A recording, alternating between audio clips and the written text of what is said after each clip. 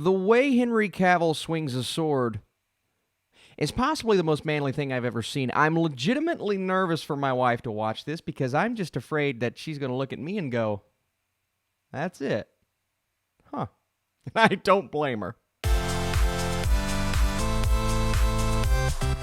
What is up, Flick fans? Welcome back to my channel. Today we're talking about the brand new show on Netflix that dropped. This is The Witcher. I need your comments down below. Let me know, have you seen this show? If you've seen most of it, what are you thinking so far? And let's get into this review. So, in The Witcher, Geralt of Rivia, a solitary monster hunter, struggles to find his place in a world where people often prove more wicked than beasts. So two things I want to start out with. One, this is a non-spoiler review, only because it's the day of release. Not everyone's a psychopath like I am. They didn't get up at 3 and watch the entire show just to review it. I clearly have issues, but maybe they got up and binged the entire show because they are massive fans of either the book or the video game.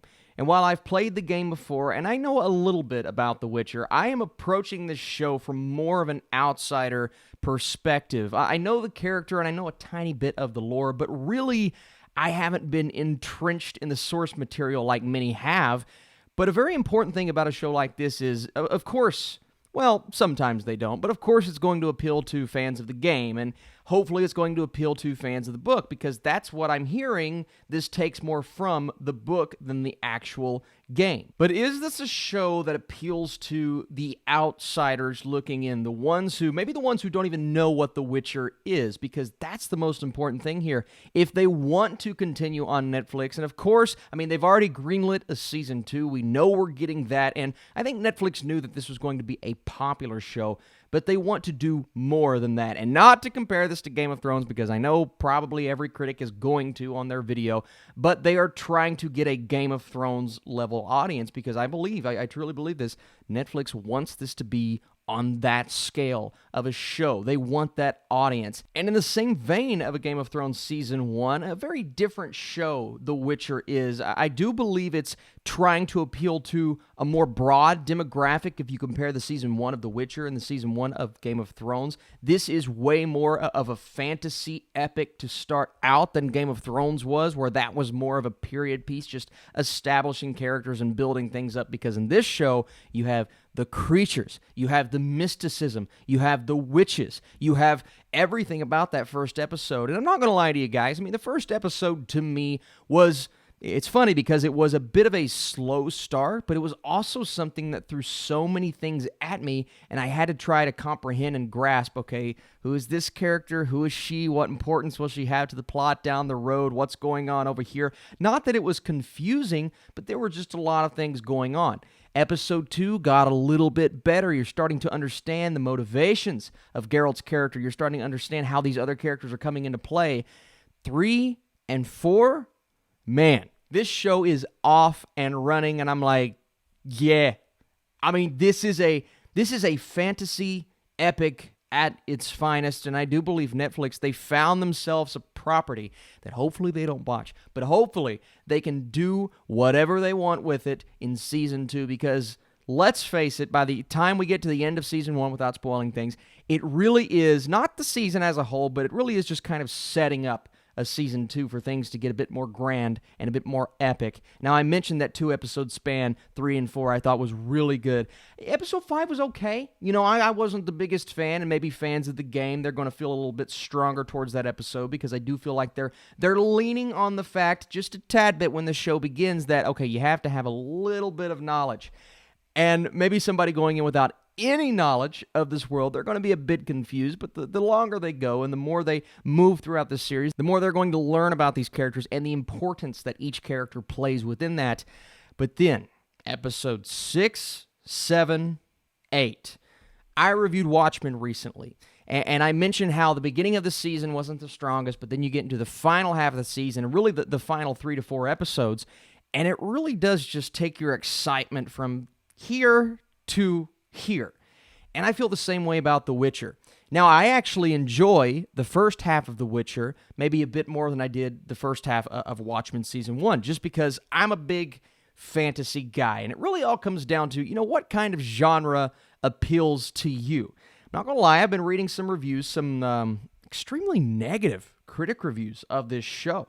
I mean, I saw one article pop up, and I didn't even read this article, but it said, it's something like, The Witcher is one of the most boring fantasy shows I've ever seen, and I'm just like, I get the first episode was a little bit slow, but did you only watch the first 2 episodes? Like, we move at such a brisk pace once we get into the final few episodes of the season, and it really does end off on such a strong note. I mean, we're hunting creatures, we're hunting dragons in this show. In the first episode alone, we get Geralt versus a creature. Now, it's very quick, but the more the action scenes move along, the stronger I felt about them. And let's talk about the action scenes really quick, because that's part of the reason why we're in this show, right? I said this at the beginning of the review.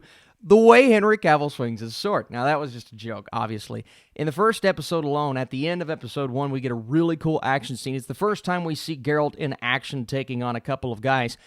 But as we move along, as we progress, we get to see him battle creatures. We get to see him. There's one scene in particular, I can't remember which episode it was in, where he's in a castle, and it's just like, dang, man. Like, the way they film action in this show is just so cool. It's cool. If you want a show that represents something cool, that represents, fantasy and mysticism in a way that we've seen similar things to before on television, but nothing Season 1-wise, nothing with a scope and a budget like this. They gave The Witcher the budget that it deserved in Season 1.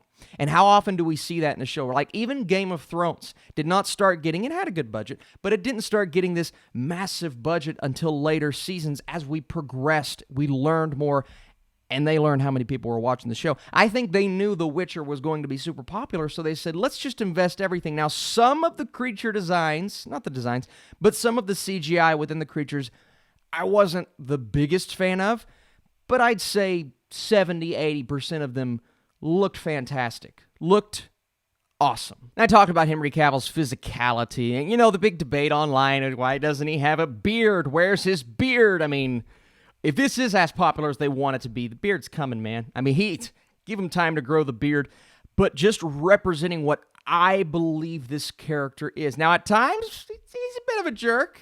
He's not the nicest guy in the world, but I don't mind that. We can learn more. Back to Game of Thrones. Game of Thrones is a show where I felt one way about a character in Season 1, and I felt a completely different way in Season 4 or 5, right? Give this show time, allow him to develop a bit more, and I do believe he's going to be one of the most epic fantasy characters on television, and I do believe Season 2 is going to capitalize on what Season 1 did and probably be better than Season 1, because this was just a season to learn things and establish characters. And regardless of how I felt about Episode 1, it did do a good job of establishing a lot of these characters. The character of Yennefer is one that I was so fascinated by. Anya Chalotra plays Yennefer, and her subtlety at the beginning of the show was something, but she really comes out of her shell by the end, and she delivers a fantastic performance. And I also love Freya Allan's performance, man. She is so good. She's so likable, but she also takes charge when she needs to. And not to get into the politics of things, but, I feel like my wife, right, she said, I don't know if that's a show that, other than Henry Cavill, I don't know if that's a show that I'm going to enjoy just because it feels like a show for men. After watching it, I texted her earlier, and I'm like, I think you're going to like this show. I really do, because it appeals to both sides without feeling overly pushy, without feeling like it's overdoing it, right? It wants to appeal to the women, of course, but it also, this is a manly show. Like, this is everything that I think both sides are going to want at the end of the day.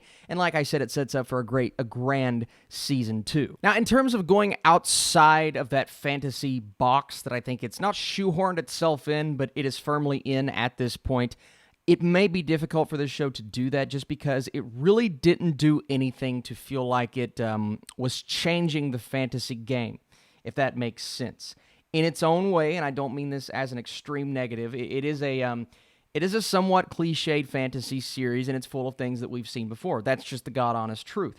Now, for fans of this lore, for fans who are going to get excited when they see certain characters on screen and certain creatures, they're going to have fun no matter what. But for outsiders, it may be a bit more difficult to reach them. I'm excited more so for Season 2 now to see what the general response is, and especially to see what the critic response is, because I didn't read every review, but I just have a feeling that some are going to see this as a show that feels redundant, as a fantasy show that has this illusion of something that is grand scale just because the budget is so big, but also something that doesn't do anything new, that doesn't break conventions.